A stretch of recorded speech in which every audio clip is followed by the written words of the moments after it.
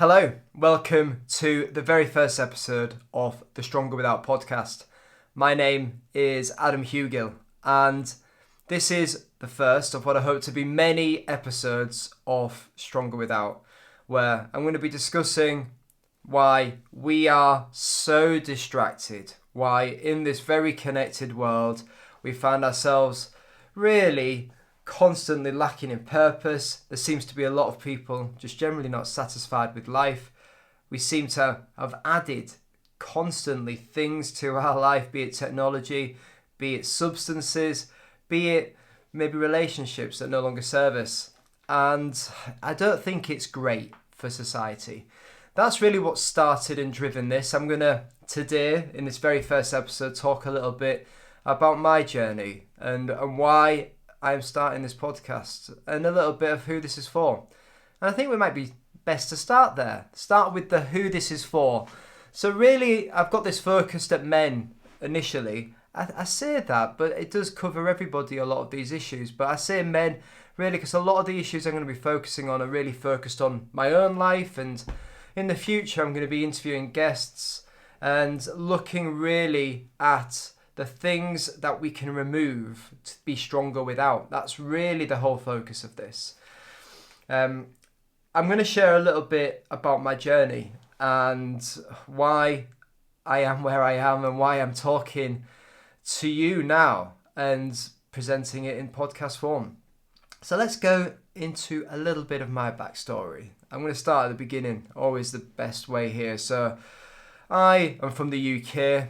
I grew up in the north of England and in a small town in Yorkshire, and I joined the army initially as a reservist, did that part-time from 17 and went full-time when I turned 21. I became an officer, did my military training at Sandhurst, and I shortly deployed to Germany as soon as I finished all my training, and then went to Afghanistan. Spent a load of time bouncing around Europe and the UK before leaving the army in 2018 to go on a big old adventure. I travelled the world on a bicycle. I did that for 18 months from middle of 2018 to the end of 2019. And then we know what happened at the beginning of 2020. The plan at that point wasn't to really stop. My plan at that point was to earn a bit of money, go back out on the bike. It never happened. I decided to put the bike away, and I, for the last 5 years, have bounced around from living in Yorkshire, living in the Yorkshire Dales, and most recently for the last 3 years I've lived on the south coast of England. I live in Bournemouth, right by the beach. It's middle of summer right now, so it's getting busy, and it's beautiful being able to live by the sea every single day. I still work in defence. That's my full-time job, so working with military training and data and really trying to help our soldiers to be at their best and to ensure that if and when they're called upon, they are in the best possible way. That's enough professional chit-chat. The why I'm here with Stronger Without and how I came to that. So when I finished the bike tour in 2020 or 2019, 2020, I found I was drinking a lot. And this wasn't a new thing. This was something I suppose, gradually done. That's maybe not fully true. I'd say my peak drinking years were probably when I was early 20s, 19, 20, 21. I drank a lot of booze through university. I played rugby and, as I've already mentioned, was in the army. And both of those are very, very boozy cultures. Plus being British. If you're just English, you're just going to be drinking a lot. It's part and parcel of our culture, it seems. So what I thought was pretty normal was quite damaging for a lot of aspects of my life, and we could go and focus just on health and talk about how I had stomach pains, how I put on weight over periods of time, and definitely struggled with sleep and other things that alcohol is just not great for. I professionally made mistakes and messed up a few times just because I was either turning up hungover to work stuff or just didn't put the best impression of myself forward. And relationships, you'll say and do things you wish you wouldn't do whilst you're drunk. So we're touching on all those areas of my life. Alcohol generally had quite a negative effect overall in my life. I decided in 2020, just as the pandemic was starting, everyone was locked at home, and I found myself at home drinking by myself a lot more. And I decided, I'm done. I'm done with this. And I stopped drinking, which initially was just meant to be for like a little bit of a reset. Thought I'd just have a break for a month or two. Wasn't a dry January, it was a dry April and May, and then into June and then July. And before you know it, I'm at Christmas time, and I really liked the momentum it built, the clarity, the new way of living my life without being really attached to a substance, which was just alcohol. And by no means was I at rock bottom. I wasn't, I think, on the scale of people that are really struggling with alcohol and all the way to the other end. I don't believe even today really at the upper end. I was probably like dipping in and out of the middle. But that wasn't really the point. It's not really to put yourself on a spectrum of the worst and best in society. It was more, what do I want out of my life? And what do I want for the future? Do I want to turn up for my family, to my son, to those that I care about, to my partner? Present. That was ultimately it. So I decided to stop, and since stopping, life got better. Like, it wasn't like a miracle, boom, stop drinking and life is now amazing. It was stop drinking and no longer bad things tend to happen, like that are caused by my actions. My stomach problems went away, work, I'm present and I turn up clear-headed all the time. I am able to physically train harder than I've ever trained in my life. My relationships, just in life with family, friends, has improved, I believe, just because I'm able to be consistent and present, and I don't need something to turn up.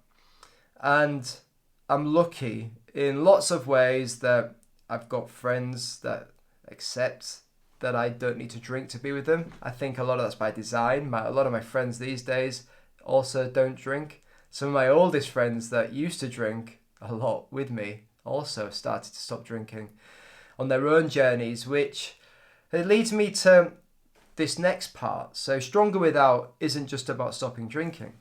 That could be it. I could have stopped there and be like, let's make that just something I've done and I've talked about a few times, just generally on YouTube, but on my other channel, which is just in my name. But I wanted to start something different, which was really just focused on being stronger without lots of other things in our lives, not just alcohol.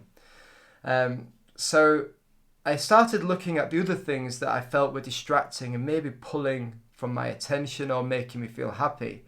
And the big ones that come to mind that I've recently tried to disconnect myself from is social media. Like, that's the big next one. So leaving social media, beginning of this year, I left Facebook, Instagram. That means all the Instagram messages and so on. And I was never on TikTok, thank goodness, because I could imagine that pulling me right in. I left X, Twitter, quite a while ago. So I left all these social media platforms with the aim of finding more, being more connected with myself and not being pulled by my phone.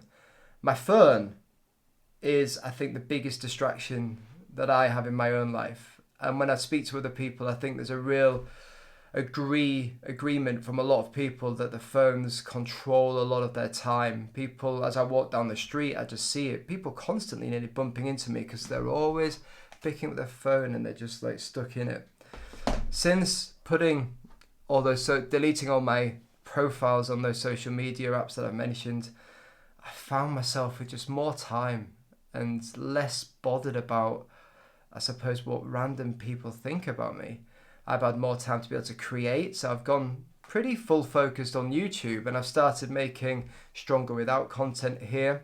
I no longer see comments from either strangers or people I barely know, and I no longer see a lot of adverts that I would have used to see on these platforms. And a lot of this was influenced by Sarah Wynne Williams's expose on Facebook, being deeply into the Facebook world made me feel quite uncomfortable, particularly with what they're trying to really achieve, which is kind of seems like control of everybody's social media feeds worldwide. Just didn't sit very well with me, and I wanted my own time back. I just didn't want to be pulled by those platforms anymore. I then also feel a lot of people I speak to don't spend enough time in nature, enough time camping, enough time doing things that really make them feel alive.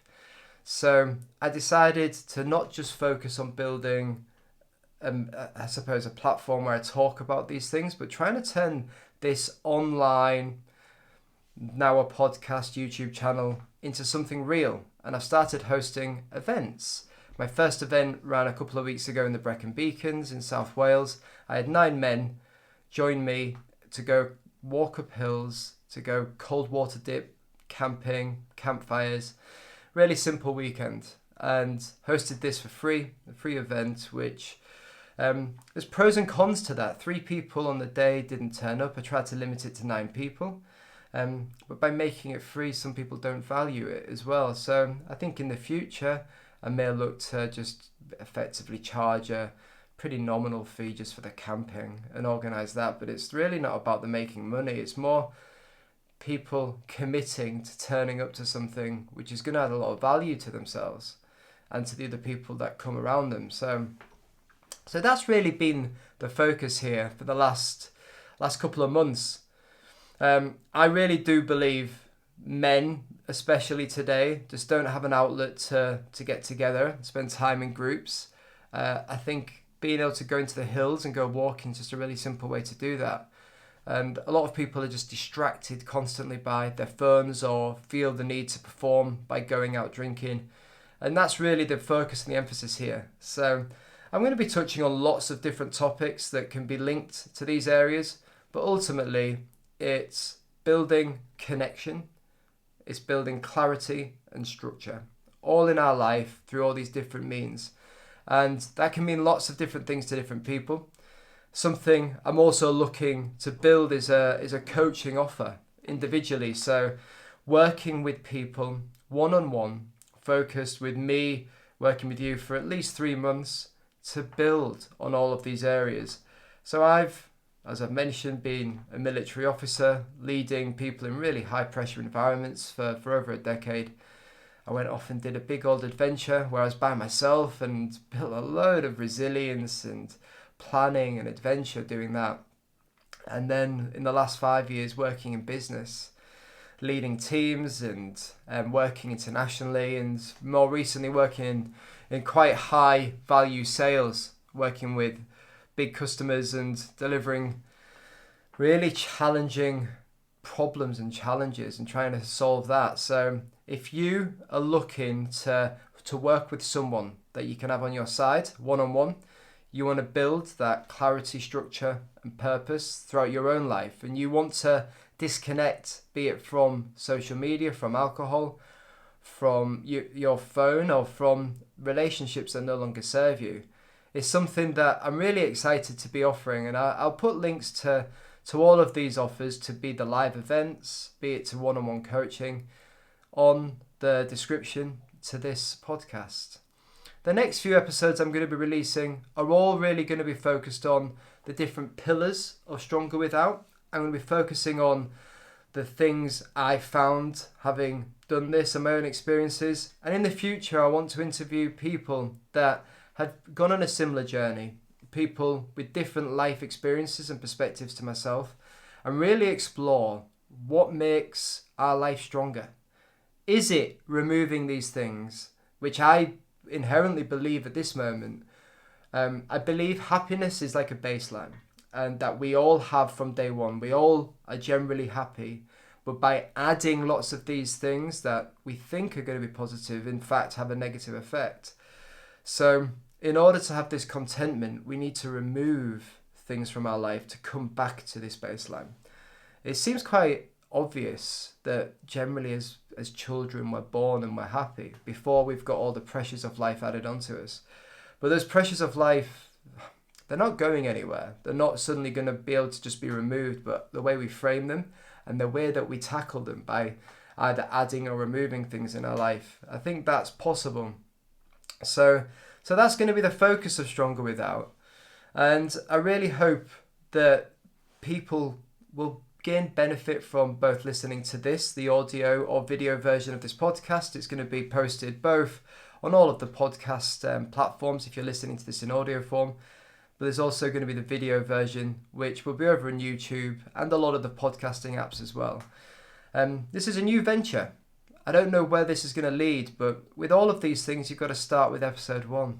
And I'm super excited to be here. So I'm going to call this to a close.